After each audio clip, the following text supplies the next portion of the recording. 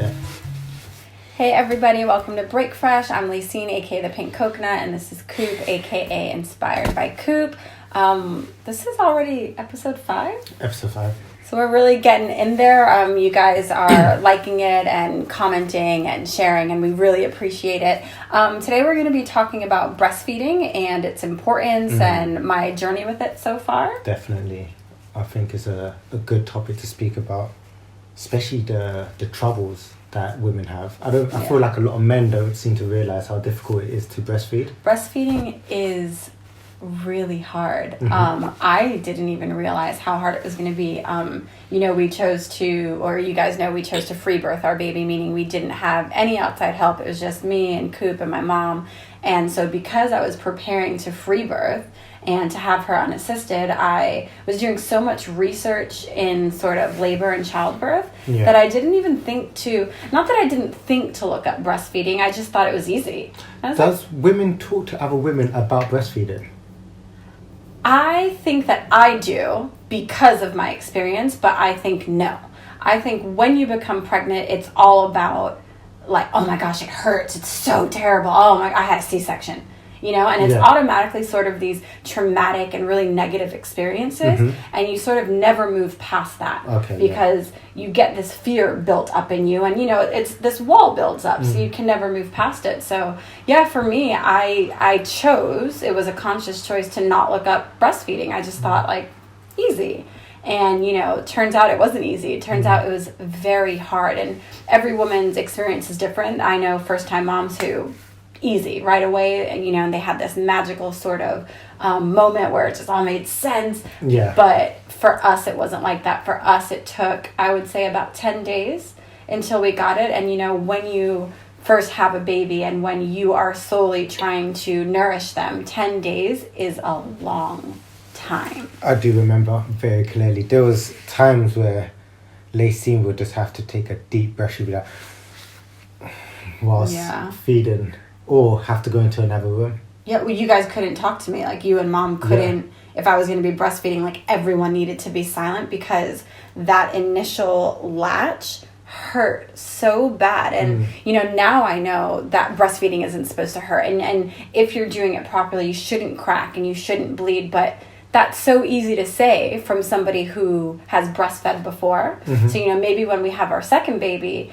I won't crack and bleed because I know how to do it because I've been breastfeeding our daughter. But if I've never breastfed before and you're telling me, oh, well, you're doing it wrong if you're cracking and bleeding, I don't know how to fix that. I've never breastfed.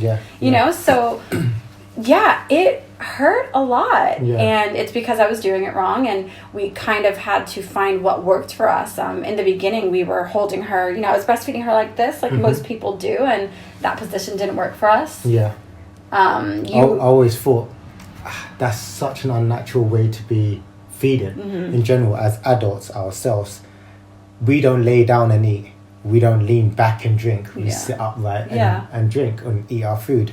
So it sounds so common sense when you put it like that. So whilst it's having the troubles, it's like sit upright, and then of course you can explain how you managed to get around. So when I first started, of course, like most people, I had her like, those pillows that wrap around you. I'd have her up there, and it just wasn't working. She wasn't getting that really good latch. And believe me, when you are latched on, you will feel it. There's like, you feel the difference. Hasn't she like tried to latch onto your lip or something? Listen, that first latch, I was like, no! Because what it was? You got up to go to the toilet, and she woke up and she go, oh, so she was and I was like, let me give you a little kiss. And as soon as I kissed her, and my lip was gone. I felt like that guy in the movie Dumb and Dumber, where he puts his tongue on the ice pole. Gets inside. And he gets stuck in it. And I was like, oh my God. That is so funny. So you know what it feels like. I know it feels like. But obviously your lip shouldn't be latched on, so it shouldn't hurt you. Now it doesn't hurt at all. But initially, we just weren't getting that proper latch. We weren't doing it right. And when you mentioned that maybe I should try feeding her upright, I did a little bit of research and I said, okay, nothing to lose here. And so I sort of at that point, the babies are so small. So, like, now when I feed her, I still feed her in that position, but her legs are sort of straddled around me. But then she just sort of curled up, and I just held her head here. Yeah. And she latched on right away. Yeah. And it was amazing. Like, you can feel that latch, and you just feel so good. You're like, oh, I'm feeding her. I think she's eating, and you sort of, like, don't breathe because you don't want her to let go. And, I remember for probably the first 2 weeks I was nervous every time because I just had such a hard time those first 10 days that for 2 weeks I was like, I hope this works. And it kept working. And you just feel so good as a mom. I think when you have your baby and when you begin your breastfeeding journey, there's a lot of pressure. There's a lot of stress on the mom to do it right. Yeah. I mean, our husbands, our partners can't help us. There's nothing you can do to help breastfeed our child. And so it's a lot of pressure. Like, you got to get it right. And if you don't have a proper support system, it can be really easy to give up. Yeah. No, support is vital. I think a lot of men don't.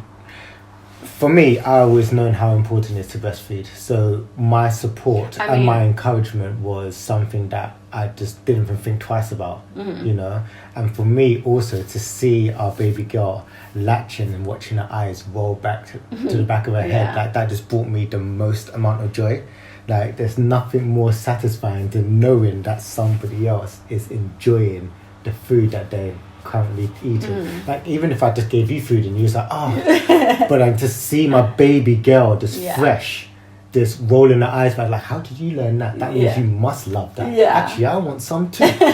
But I think there's a huge issue when it comes to guys and having their women and supporting women breastfeeding, especially in public, because a lot of men are so caught up and so hypersexualized the breast that they don't want their women to breastfeed in public. They don't encourage it at all. Well, I think, if we can go back for a moment, I think, you just said that you've always understood the importance of breastfeeding, but do you mean since I was pregnant, or do you mean sort of your whole life? I just think probably my whole life. I'm not sure. I don't want to say my whole life, but I think whenever I've thought about having children, whenever I've the initial thought of I want to have children, I've known that I think it's definitely important that a child is fed from the nipple.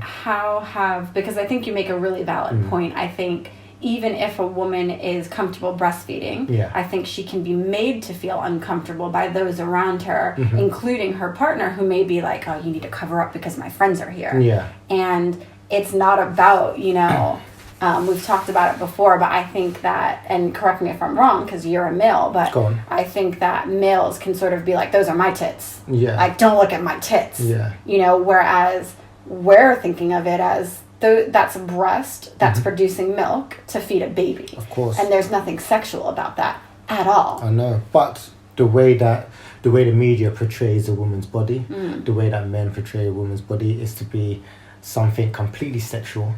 And it's nothing to do with nature. It's nothing to do with feeding a child. It's, I want to jerk off and whatever. That's how men look at it. So as soon as you're outdoors in public, a lot of men wouldn't want to see their women revealing themselves to feed their child.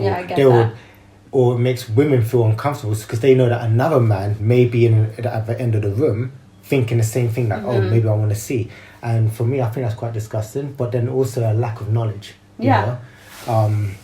But I've always been super supportive, and I know how important it is to feed. I think that's one thing that really made it a lot easier for me, because when I first had the baby, I remember we had people coming over, to see her, and your friends would come over, and I knew that breastfeeding was important, and I knew it wasn't a big deal if I did become at all sort of exposed. But, you still sort of feel like, I need to cover this because this is my boob. That's how I was thinking about it. Like, this is my boob and nobody can see it. And so I think for a little bit I used blankets, but not to like completely cover the baby, just like to cover a little bit of my breast. And I found that was just really hard. It was so hard to hold this baby in whatever position she needed to be held in, get her to latch, get her to feed, like sit comfortably and do all of this while covering my breast. And, you know, I think probably for me, maybe about a month in, it just clicked that I don't even care. It doesn't even matter. You don't, you know, care. And nobody's looking, you know. I think it's easy as a woman because of maybe society or maybe of the lack of support, but it's easy to kind of think like everyone's staring at my boob. Yeah. And you know what? No one's staring at your boob. And if they are, the problem is with them. Yeah, they're the ones that probably feel uncomfortable. Yeah. You know? But, I mean, if you look at different cultures in Africa, let's say, women are not wearing bras. So it's never been a thing where for African cultures, and of course there's a lot of countries in Africa now where women wear clothes and stuff like that, but I'm talking about old traditional times where women wouldn't wear bras. That wasn't something that needed to be covered up. Yeah. But because it's a food source. Again, of course. And I mean, you know, which really brings us to our next point if we're talking about these older traditional communities and also about just not being covered. And right now, so the World Health Organization actually states that we should, and it would be really great if we breastfed our children until 2 years or longer. Is that strictly or mixture? In addition to. Okay. So they say 6 months strictly breastfeeding, and after that you can continue to breastfeed 2 years ideally, if not longer. Yeah. The world average for breastfeeding, for the rate at which you're weaned, so the child no longer breastfeed, is actually somewhere around 4 years old. Oh, wow. And so I think to most people, when they hear 4 years old, they're like, that's crazy. That's like a full-blown adult, you know, nursing.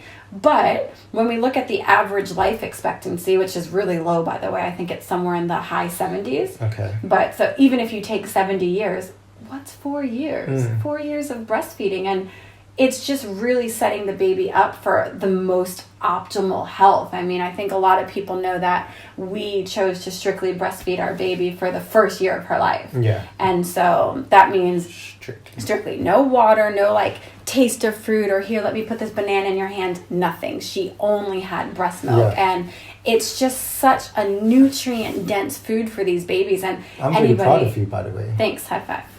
No, seriously, go on. Anybody who has met our baby or who knows our baby can vouch. This is the most solid baby. I mean, she's strong and she's just got these like big legs and she's just like solid. I don't know how else to say it. Like, this is a thick, strong girl. Smart too. And yeah, I mean, smart and beautiful. And but, you know, speaking of the breast milk, a lot of people think that your breast milk isn't suffice enough to grow a baby and to give them all of the things that they need to grow within that first year of life. And I'm sorry, but we just broke down those barriers. Of course. I mean, due to society's portrayal of, oh, the baby needs protein, high protein. I mean, breast milk is low protein. Oh, and they say fat. They say that a baby past 6 months needs fat to build brain health. Which your breast milk has plenty of. Well, that's the thing. So when you start, if a baby is formula fed, or if you start to give a baby, like, let's say cow's milk, it's cow's milk. It's milk from a cow. It's milk meant to grow a cow. Funny enough, before we even go this, because we have spoken about that in our past videos, but it's not just cow's milk, it's cow's milk with soy, with fish, with eggs, and all the additional other chemicals and preservatives. We've looked at the ingredients of different formulas, and it's not just cow's milk, it's the egg, it's the fish, it's like canola oil, I think we've seen, like, it's formula, isn't it? Yeah. I mean, it says it in the name, it's baby formula. Yeah. And so obviously there may be reasons why certain moms would have to choose formula. But I think that in the grand scheme of things, most women can breastfeed. They're just not given proper support. And that might be because maybe they have to go back to work and maybe they, so maybe they can't breastfeed, or maybe a lot of them, like we were just saying, in the beginning, I was cracked and I was bleeding, and there were times I wanted to cry. I think I did cry because it hurt so bad. And I think for a lot of women right there and then, that's when you quit. Yeah. And for us, it was just never an option to quit. This was the one thing that I had to be successful with.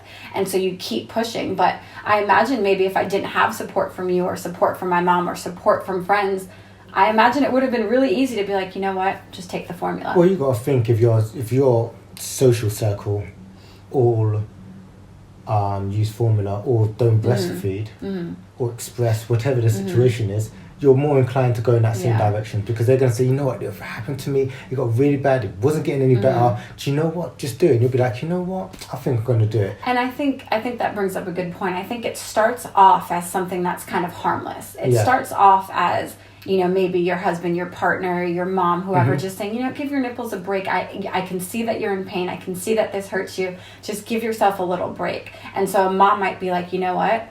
I do need this break because I'm really, really hurting. So here, have a little bit of formula, but I'm still going to breastfeed. But that's sort of what starts that downward spiral. That's something you can't crawl back out of for multiple factors. I mean, for one, when you start bottle feeding a baby, whether it's breast milk or formula, to be fair, the rate at which the milk comes out of the bottle's nipple is much faster than the rate at which it comes out of your breast. Okay. So then the baby becomes more adjusted to the faster rate. And it's just easy. Yeah. Because when you breastfeed, the baby has to pull. So yeah, it has to work for it. Whereas when it's in a bottle, it just comes out. Yeah. And granted, I know they make like special kinds of nipples these days, but at the end of the day, it's a false nipple. Yeah. You know, so the babies are not having to work for their food anymore, and so it's becoming easy. So maybe now they don't really want to breastfeed anymore. I mean, any one of us could say that, like, I'm going to go the easier route. I mean, it does deplete the bond, the relationship between the mother and child.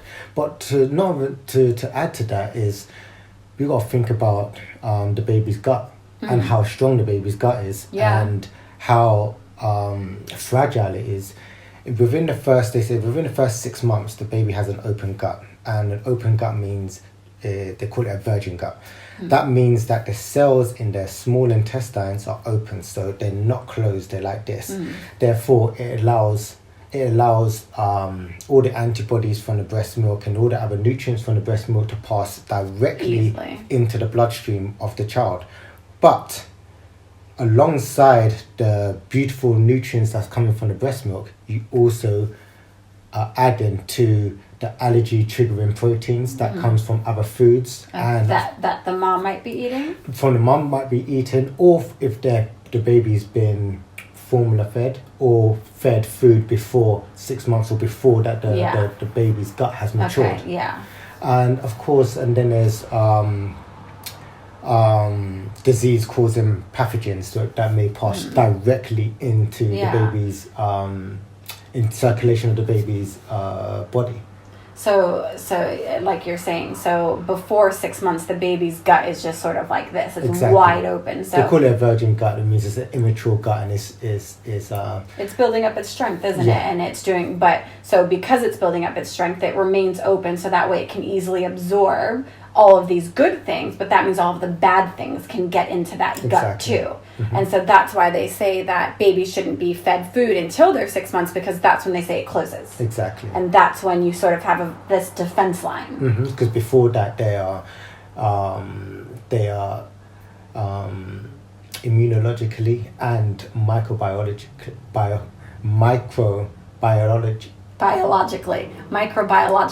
I don't know why I can't even say it right now. Microbiologically.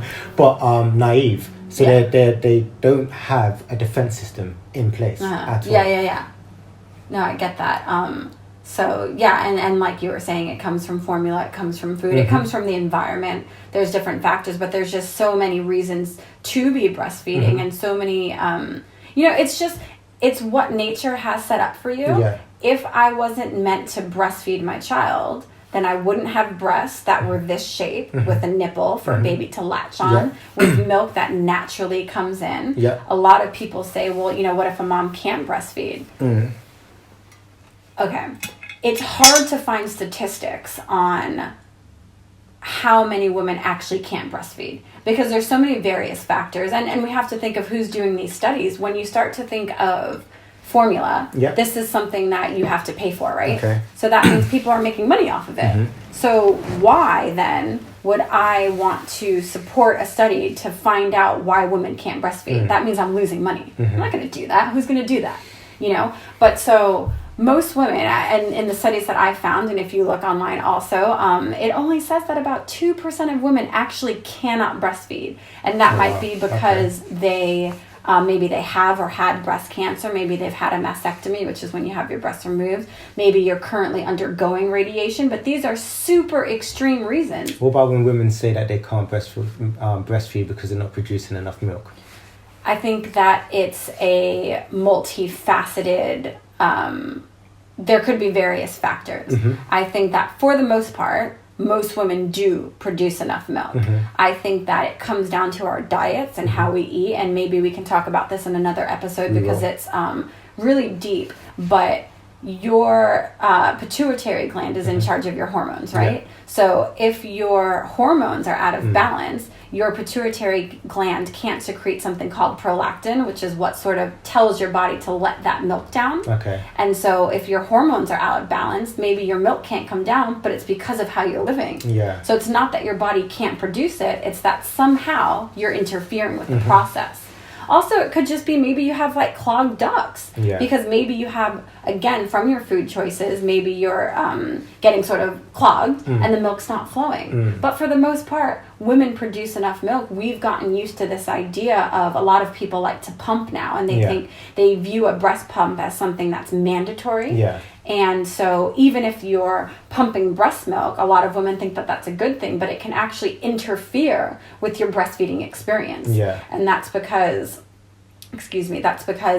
your breast milk changes its chemical sort of balance all day, all the time. It's a living substance. And so if our baby gets sick, my milk changes to give her what she needs to make her better. And maybe, maybe my night feeds the milk in my night feeds is different because it's like sort of a relaxed milk.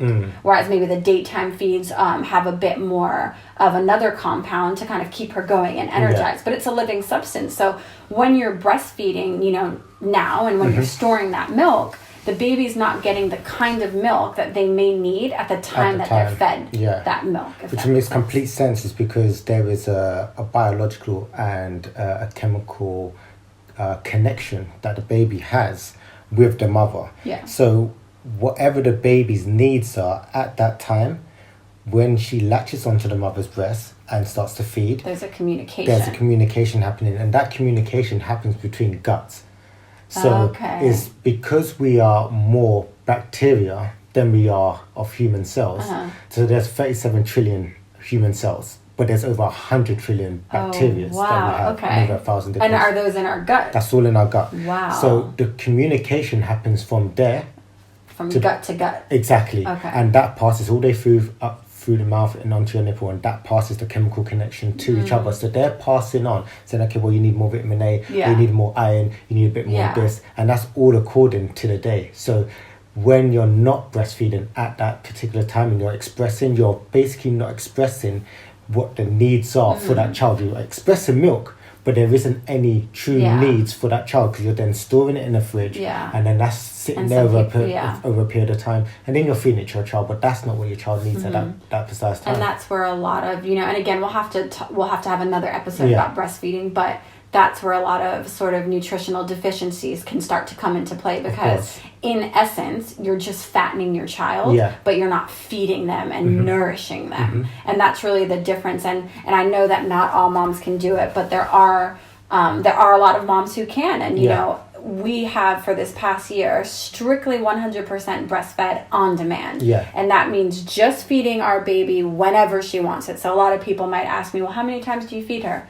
I have no idea. I don't count, because it's when she wants it. My breast milk has been both drink and food. So sometimes it's a 30-second feed, sometimes it's a 3-minute feed, sometimes it's a 15-minute feed. I don't know. But she's getting the milk that she needs, and I really think that's why she's in such a good state of health right now. There's a lot to talk about with breastfeeding, so we'll get more into it maybe in a future episode. But if there's anything you'd like to hear about or you'd like us to discuss, just drop us a line. We see your comments. We are trying to respond to them. There's a lot going on. But yeah, let us know what you think. Subscribe, tell your friends, share, and we will see you soon.